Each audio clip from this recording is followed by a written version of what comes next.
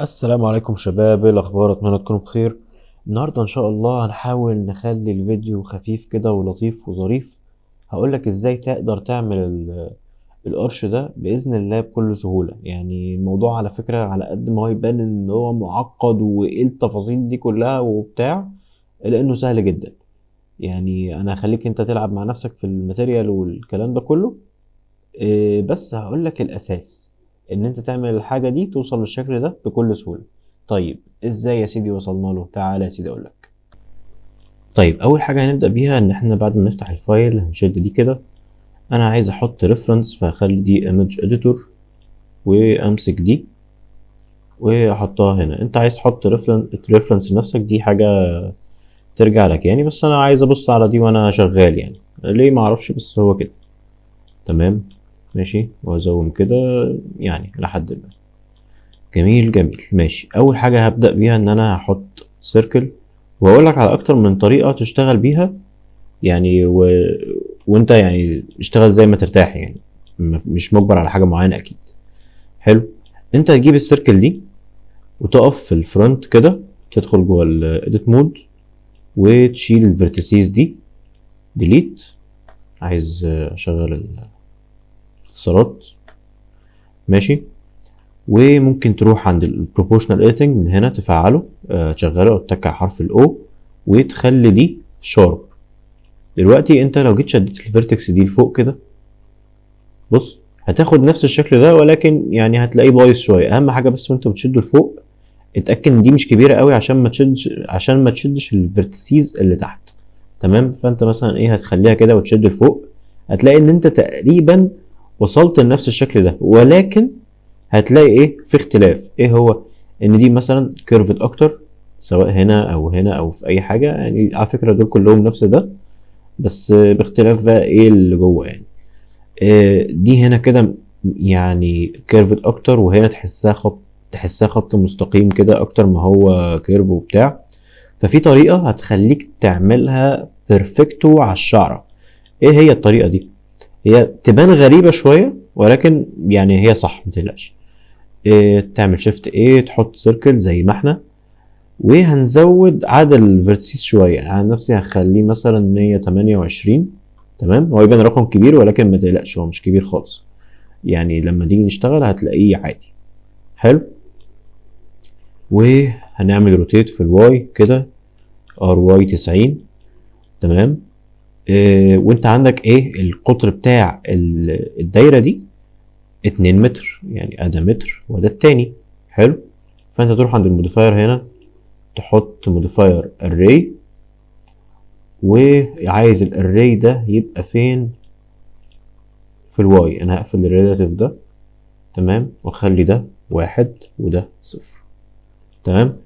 انت لما عملت اري اتكون لك هنا الجزء ده كده اللي فوق، اللي هو تقاطع الدايرتين مع بعض، نفس شكل القرش ده على الشعره مظبوط. انت الاري ممكن عادي تعمل كده، شيفت دي اكس، قصدي واي 1، هي.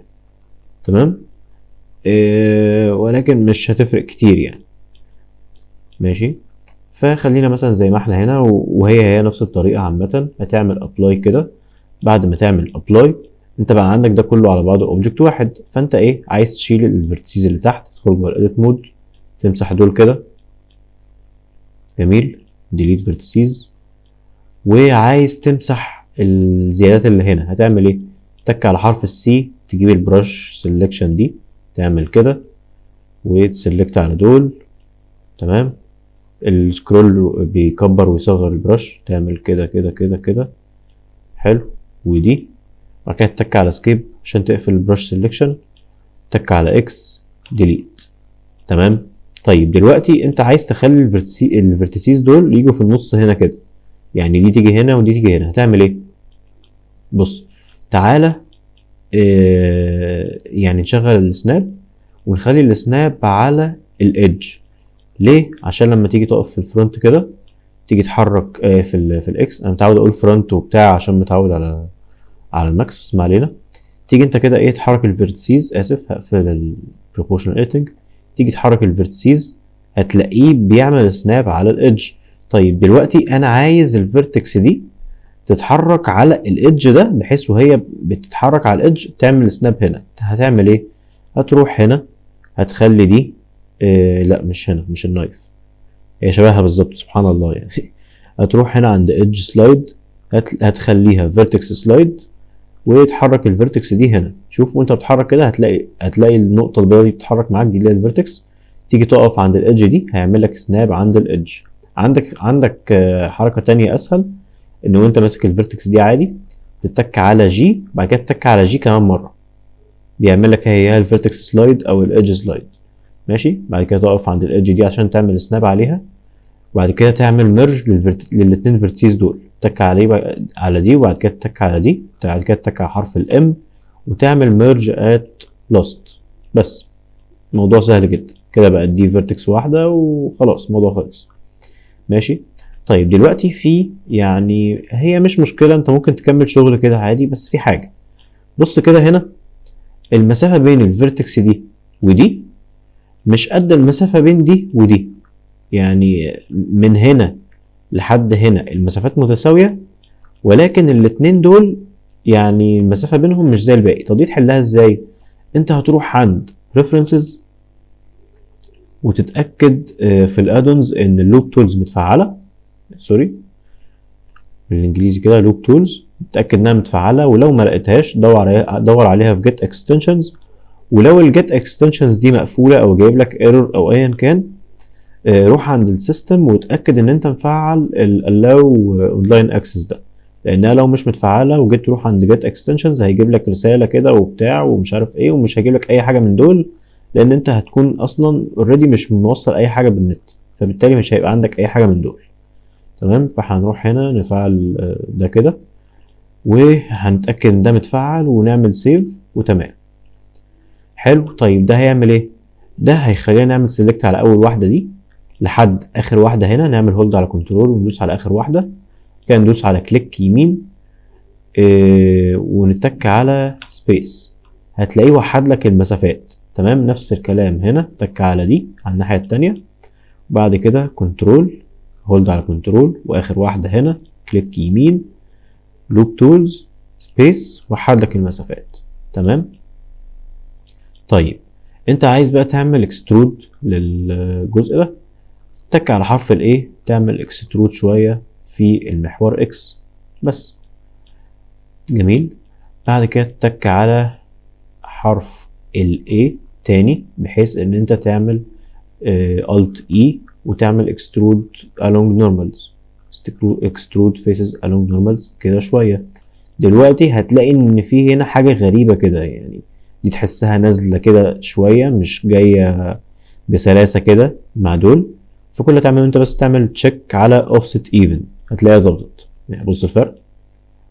تمام. ممكن بقى ايه تكبره وتصغره براحتك، خليها مثلا كده. ماشي.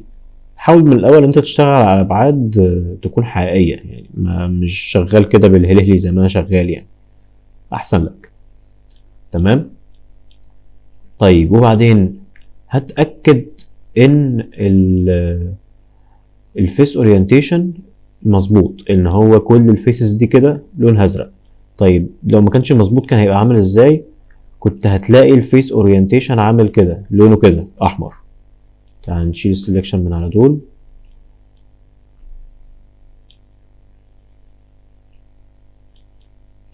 كنت هتلاقيه بالظبط عامل، يا عم انت بتعمل ايه؟ كنت هتلاقيه بالظبط عامل كده. كنت يعني لو هو كان ظهر لك كده فانت تتك على ايه؟ تك على شيفت ان بحيث ان هو يتظبط وخلاص. تمام. بس طيب دلوقتي تعالى نخلي الاوريجن ده او البيفوت او ايا كان في نص الاوبجكت. هنعمل ايه؟ هنروح هنا، اطلع بره ايديت مود، اروح هنا عند التول واعمل افكت اوريجنز واجيب دي كده، اخلي بس السناب على الفيرتكس واجيب دي كده. تمام. تمام. هشيل التشيك من على اوريجن عشان كده خلاص عايز اتحكم في الشكل تاني، في الشكل نفسه تاني.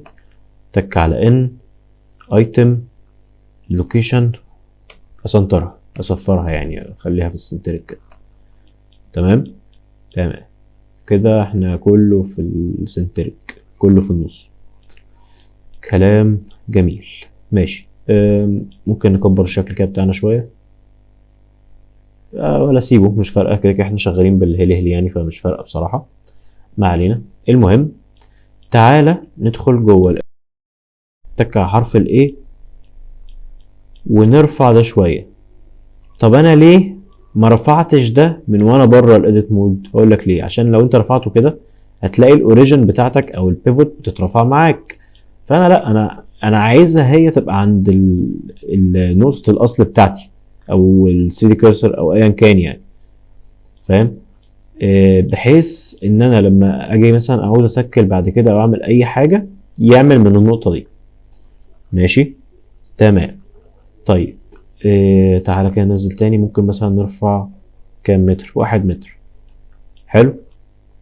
نقف كده في الاكس تاني، عايزين نعمل شيفت زد، نعمل سيلكت على الفيسز اللي تحت دي، خلي دي كده، سيلكت على الفيسز دي، ونعمل اكسترود حاجة بسيطة يعني، نحاول نحافظ على المسافات. لما نيجي بقى نزوم هتلاقي ان دي مايلة شوية، فكل اللي هتعمله ان تك على سكيل على اس، بعد كده زد بحيث انه يعمل سكيل في الزد، وصفر بحيث ان الحتة دي تبقى مستقيمة كده حتة واحدة. ماشي. بعد كده هنعمل اسمه ايه، هنعمل اكسترود تاني وننزل يعني هنا كده. تمام ولا ليه طولته كده؟ ما خليه زي دول يعني، وانا اشتغلت مش عارف ليه حاسس انه هيبقى زي ده، بس خلينا نعمل اللي هو ده لان ده اللي ممكن يبان اكتر واحد معقد، بس والله هو سهل جدا يعني. الفرق بينه حرفيا وبين ده ان ده طويل شويه فمش مشكله. تعالى ننزل دول كده شويه، نخليه كده مثلا. ماشي.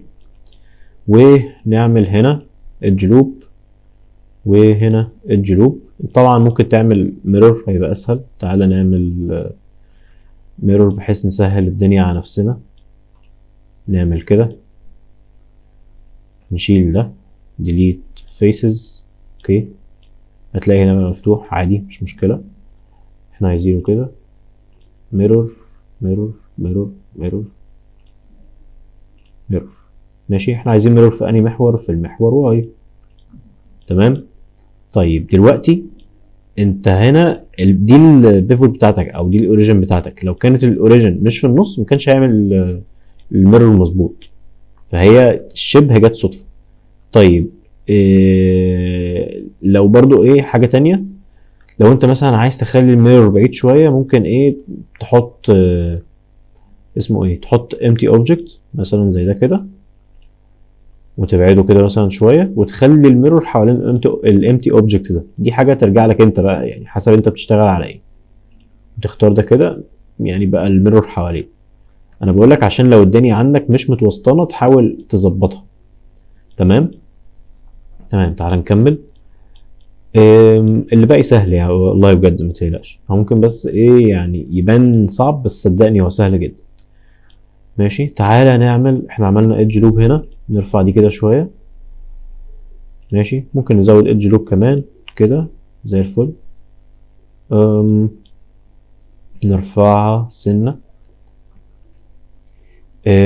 تعالى بقى نعمل البيفل بتاعنا. تعالى الاول نقفل الفيس اورينتيشن ده، خلاص مش محتاجين دلوقتي.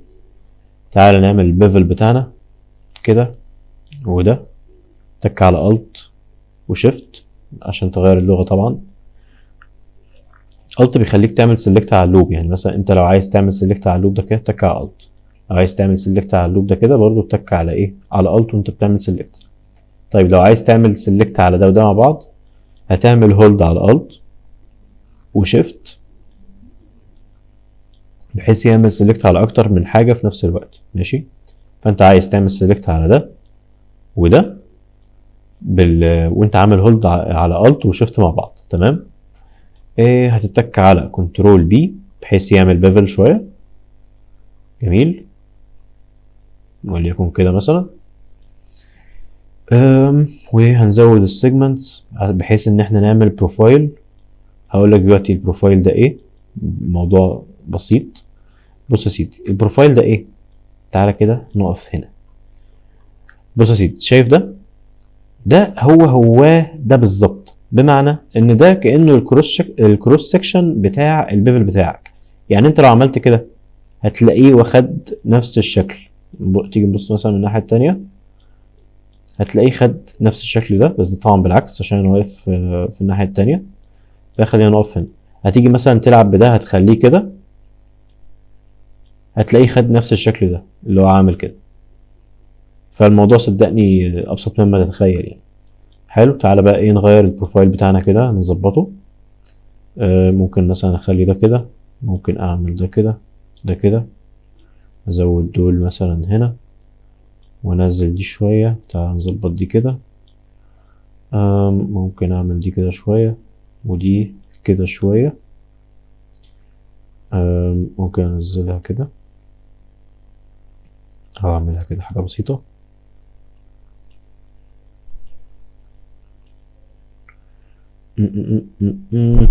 ممكن كده، ماشي يعني إلى حد ما لذيذ. بس خلينا ايه، نعمل ده كده شوية بالعكس.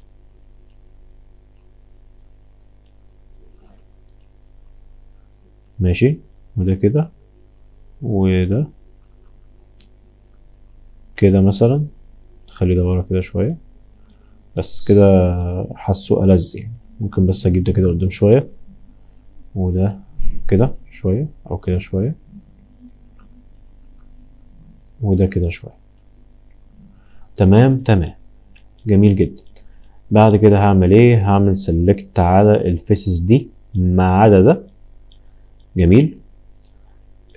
واتك على Alt E Extrude Faces along normals، اطلع فوق حاجة بسيطة جدا.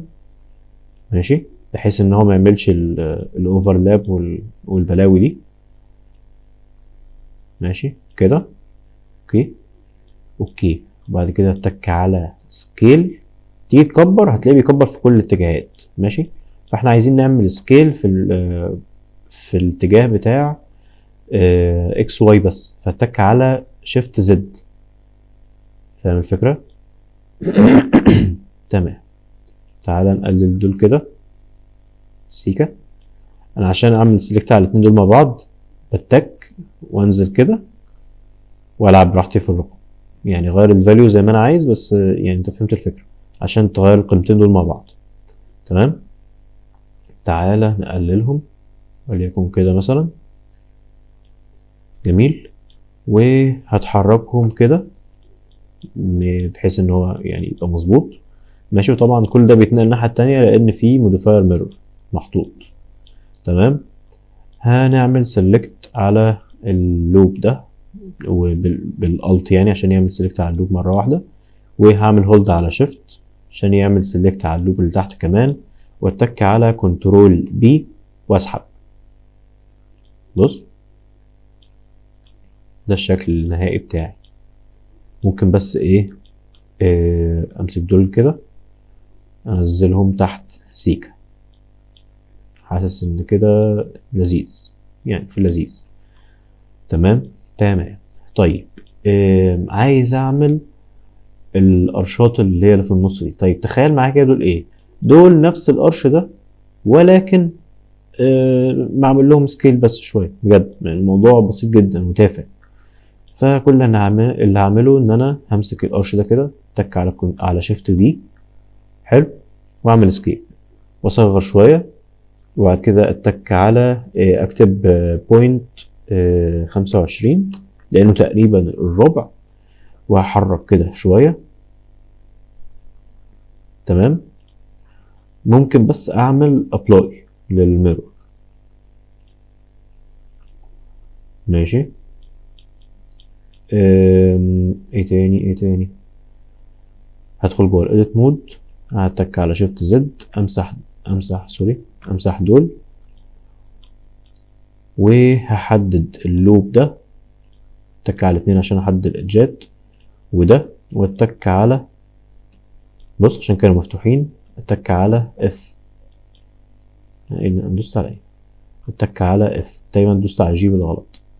تمام. هتأكد ان ده كان معمول له ميرج كده، تمام، عشان عاملين شوية ميرج في الميرور. حلو حلو. طيب تعالى نرفع ده كده فوق شوية، ممكن نصغره سيكا. طيب تعالى الأول قبل ما نصغر ونكبر، أو لا مش لازم، كنت أقولك تعالى نخلي البيفوت دي هنا برضو والكلام ده، بس مش مشكلة. طيب تعالى نصغر سنة كده ونحرك كده شوية، نقفل السناب، نحرك كده شوية، ماشي. وهاخد نسخة منه هنا كده وهصغرها شويتين، ارفع،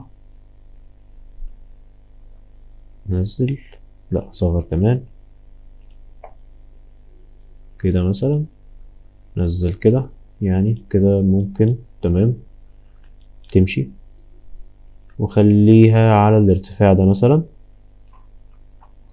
وهمسك الاتنين دول هرفعهم الاتنين كده مع بعض، ممكن دي ارفعها لوحدها كده. اوكي تعالى بقى نكمل على كده، ماشي، تمام. طيب دلوقتي بقى انا عايز اعمل ميرور لدول حوالين النقطة دي بقى النقطة اللي انا كنت بكلمك فيها. هنخلي ده كده اوبجكت واحد ولا نخليهم كل واحد لوحده وخلاص. هتك على شيفت ايه، احط empty object. فين الempty object اهو، تمام، اللي هو ده. وهتك على ده، هعمل ميرور واخلي الميرور حوالين الاوبجكت ده، الميرور اوبجكت اللي هو ده. طيب هو عمل لي ميرور فين دلوقتي؟ عمل لي ميرور في الاتجاه الاكس، لا انا عايزه ميرور في اتجاه الواي. تك على الواي واقفل الاكس، ماشي. عايز ارجع ده كده ورا شويه،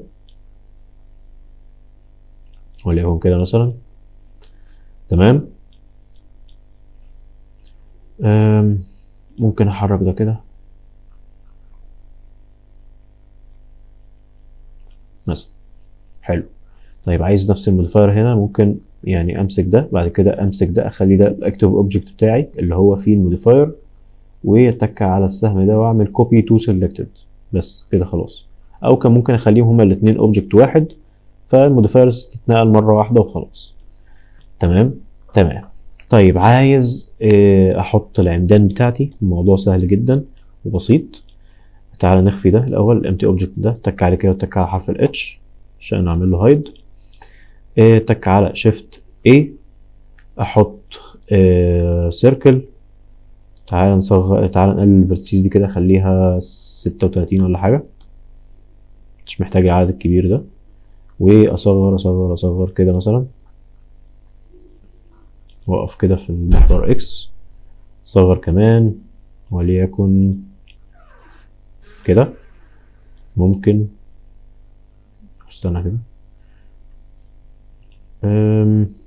مش عارف، لا تعالى نصغر كمان، صغر صغر صغر، ممكن كده، حلو. ادخل جوه الايديت مود، اتك على حرف الاي، اتك على حرف الاي، تمام.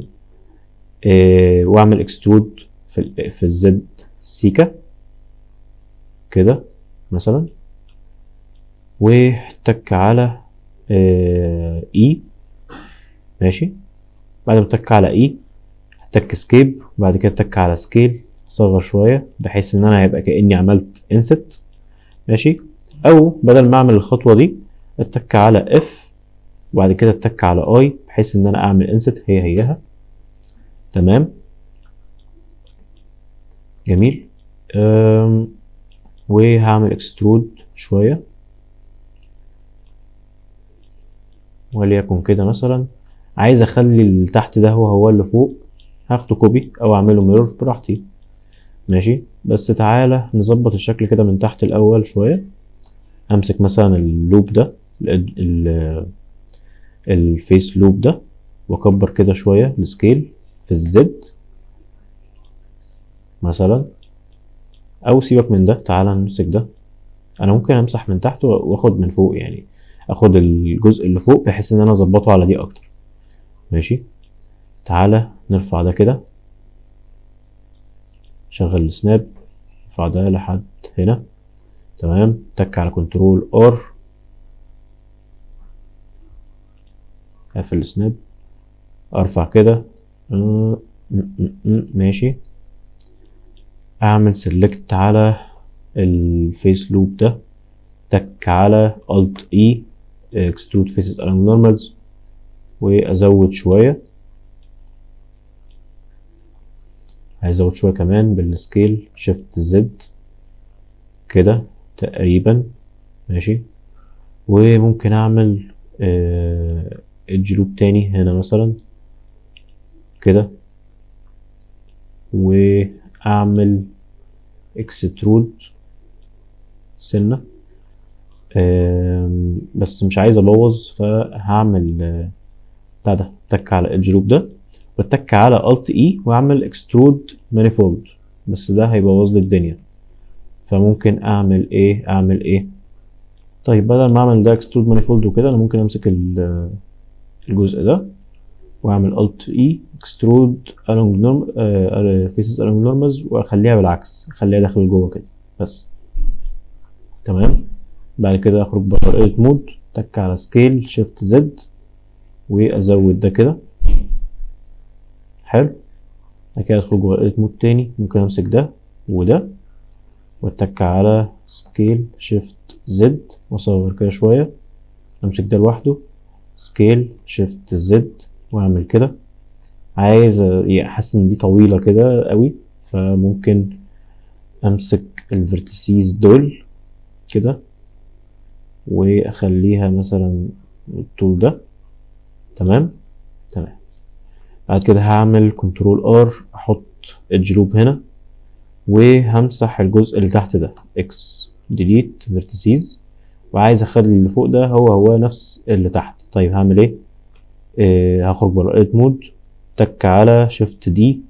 تمام. الف ده روتيت 180، واشغل السناب، ارفع ده كده لحد هنا بس. بعد كده هخليهم هما الاتنين اوبجكت واحد، اعمل سيلكت على اتنين، تك على كنترول جي. تمام.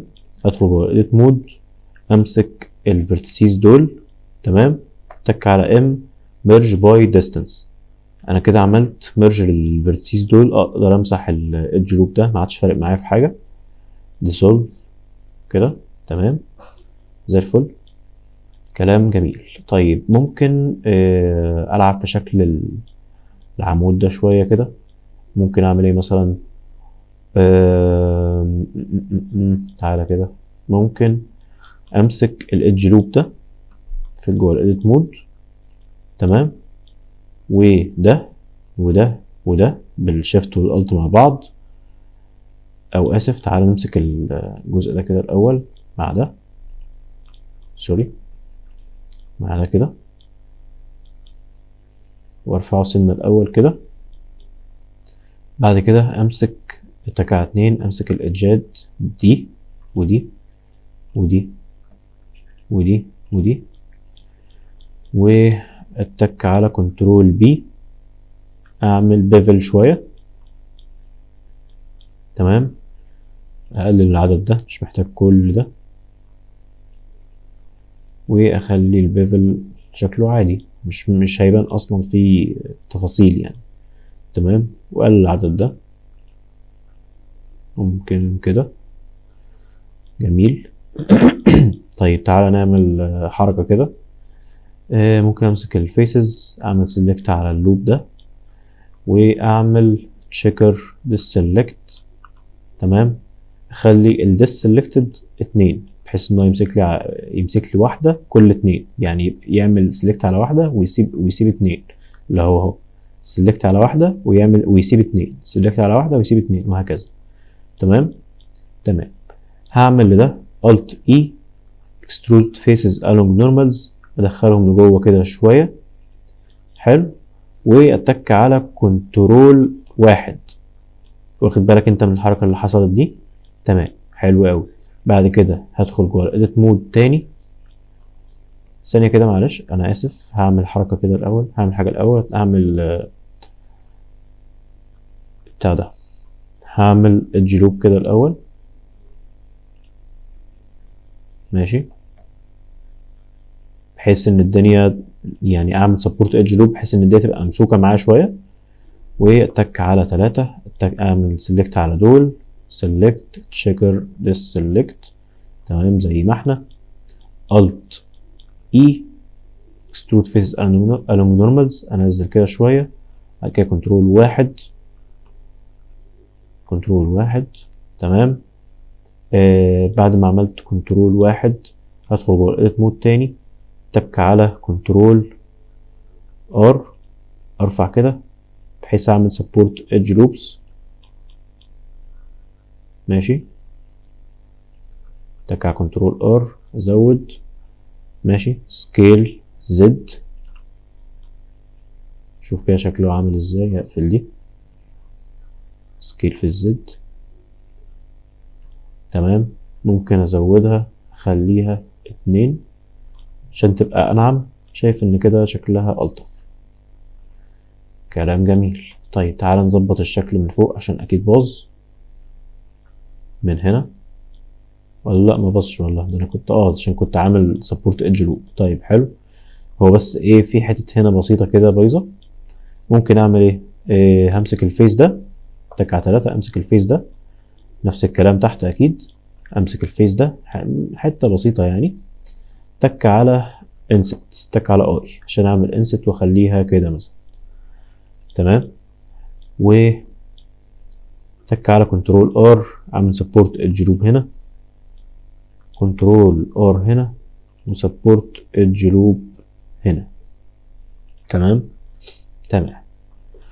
طيب انا ممكن اشيل ولا اخليهم مش مشكلة،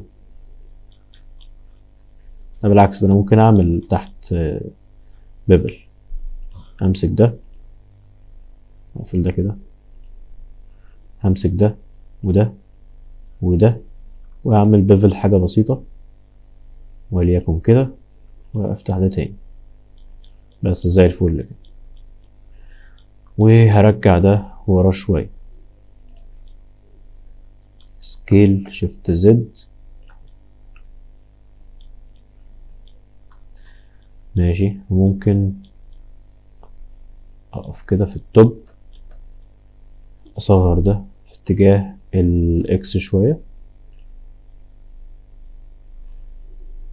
واحركه ورا شوية، جميل كده، تمام ماشي. هاجي هنا ادخل جوه الايديت مود، احدد الجزء ده الفيسز دي وانزلها هنا، ماشي. وهاخد ده كوبي، شيفت دي في اتجاه الواي كده،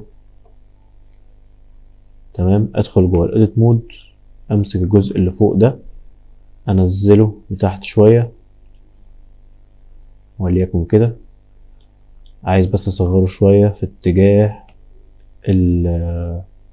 الاكس واي، تمام.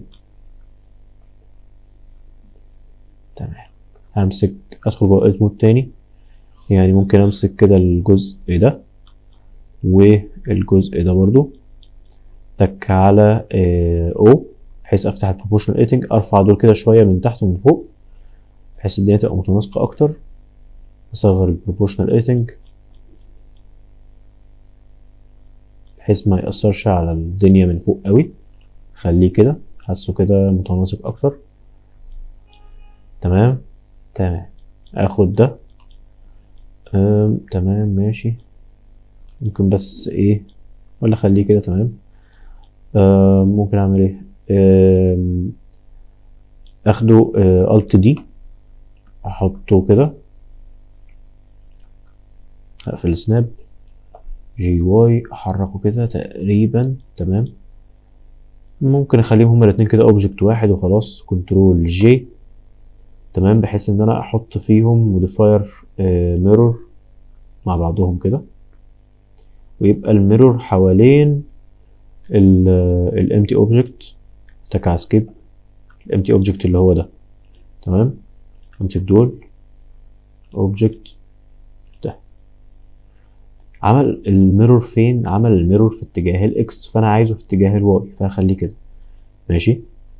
تمام. طيب انا دول يعني انا مش شايف السبديفيجن دي اصلا من بعيد، فانا يعني هدخل جوه البتاع ده كده، هقلله في الفيو بورت بحيث يبقى واحد كفايه، كده كده من بعيد مش شايفه. حتى لو عملته في الريندر كمان مش هيبان لي في الريندر، يعني سواء هنا بقى ولا بتاع. تمام. همسك ده، عايز اصغره في الاكس شويه، او اظبط اتجاهه يعني شويه، ارجعه كده بس، فل قوي كده. طيب ايه تاني؟ هفضل حاجات بسيطه، تعالى كده نعمل بلان بس في الارض عشان ما نبقاش بالهلهلي قوي. هنعمل الجزء ده، هيتعمل ازاي؟ هحدد دي، ادخل جوه الايديت مود، تك على 3، امسك اللوب ده ماشي، اقف في الفرونت فيو كده، و اتك على شيفت زد، تك على الت، او لا تك على الت كانت بتعمل ايه؟ وانا كنت بشيل باين السلكشن كنترول، كنترول اللي هي السبتراكت اللي هي دي. تمام. تك على شيفت دي. حلو حلو. عايز اعمل له سيبريت بحيث يبقى اوبجكت لوحده، تك على حرف البي واعمل سيبريت سيلكشن. تمام تمام. همسك الجزء ده لوحده، عايز اخليه اوبجكت بحاله كده. جميل.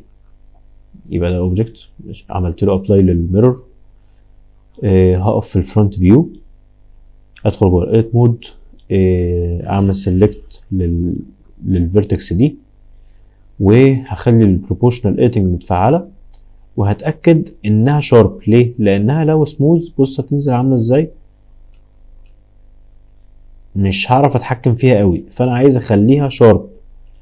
تمام. هنزلها كده شويه. جميل. وانزل تاني واكبر البروبورشنال ايديتنج. عايز اشوف كده، وانزل تالت، واخلي ده مثلا كده. حلو. طيب بعد ما عملتها كده هعمل ايه؟ تك على جي تاني، واصغر كده، اصغر كمان بحيث انها تبقى سموز. دي جايه سموز مش شارب. هو الموضوع كله يعني يعتبر تلييس بصراحه. وامسك دول مثلا كده سنه صغيره قوي عشان بس يبقوا خابطين هنا كده. تمام. وهتك على حرف الاي بحيث اعمل سيلكت على الفيزز كلها، وهعمل اكسترود along normals alt e واكسترود فيسز along normals، اخليها كده. وعايز اتاكد من الفيس اورينتيشن بتاعي، اروح هنا فيس اورينتيشن كله اتشقلب. طيب هعمل ايه؟ تك على حرف الاي، شيفت ان، تعدله بس. تمام تمام. ممكن برضو وانا واقف هنا كده اعمل سيلكت مثلا شويه دول كده، او اسف شويه دول كده. عايز اشيل ده، كنترول الحته دي، سيلكت قصدي سكيل في اتجاه الواي وانا مفعل بروبورشنال ايديتنج. ممكن اخليه بس سموث شويه. تمام كده بس زي الفل كده. تمام. عايز اعمل ايه؟ اطلع بره الايديت مود، اقف كده، ممكن اصغره شويتين، سكيل في الاكس شويه. بص اتجاه البيفوت عامل ايه، فهخلي البيفوت بتاعتي في الاوريجن بتاعتي فين؟ في النص، بحيث ان هو لما يعمل سكيل يعمل سكيل من النص كده. بص كان عامل ازاي، كان اتجاهه غريب، فتيجي تعمل سكيل عشان الاوريجن بتاعتي قدام شويه، اوريجن تو جيومتري عشان تبقى في النص، واعمل سكيل اصغر كده شويه بحيث تبقى تقريبا قد دي. تمام. ادخل جوه الايديت مود، تعالى خليها سموث كده الاول، وادخل جوه الايديت مود، اعمل سيلكت على الايدجز دي، بالايدج لوب ده بالالت، واعمل هولد على شيفت مع الت مع بعض، واتك على دي كمان، ودي ودي. تمام. اتك على كنترول بي بحيث ان انا اعمل بيفل شويه، وهخلي البيفل بتاعي بالكاستوم شيب او البروفايل اللي احنا كنا عاملينه. ارجع السيجمنتس 18. تمام. هزوده شويه، او قبل ما ازوده بص تحس ان الدنيا فلات، يعني اجي اعمل البيفل بتاعي تحس ان هو ايه فلات كده على بعض. طب ده حله ايه؟ ان انت تطلع بره ايديت مود، تعمل كنترول ايه، تعمل ابلاي للسكيل. تمام. تيجي تدخل جوه ايديت مود تاني، تك على كنترول بي، تعمل هتلاقي البيفل بتاعك ظبط، يعني ما كانش متفعص كده. حلو. تعال نقفل البتاع ده، الفيس اورينتيشن. تمام. بس يعني الموضوع بجد سهل جدا. طيب ايه تاني ممكن نعمله؟ ممكن نرفع ده بس كده شوية، حاسه عايز يترفع سيكا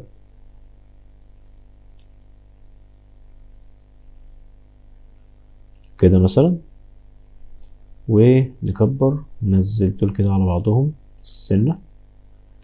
ممكن نرفع كمان، نعمل كده كده. كنت هقولك نرفع دول عشان نخلي دي كأنها فيها دايرة كده ويبقى شكل دائري بالظبط وبتاع، بس مش لازم، يعني كده كده انت هتظبطها اكتر. تعالى نرجعها. ماشي. ونعمل ايه؟ ونعمل الدايرة دي والتفاصيل الصغيرة اللي هو الحاجات دي والشكل ده، بس دي خليها بقى في الفيديو الجاي ان شاء الله. يعني كفاية كده عشان ما يبقاش الموضوع تقيل. وبس اشوفكم ان شاء الله في الفيديو الجاي، ومع السلامة.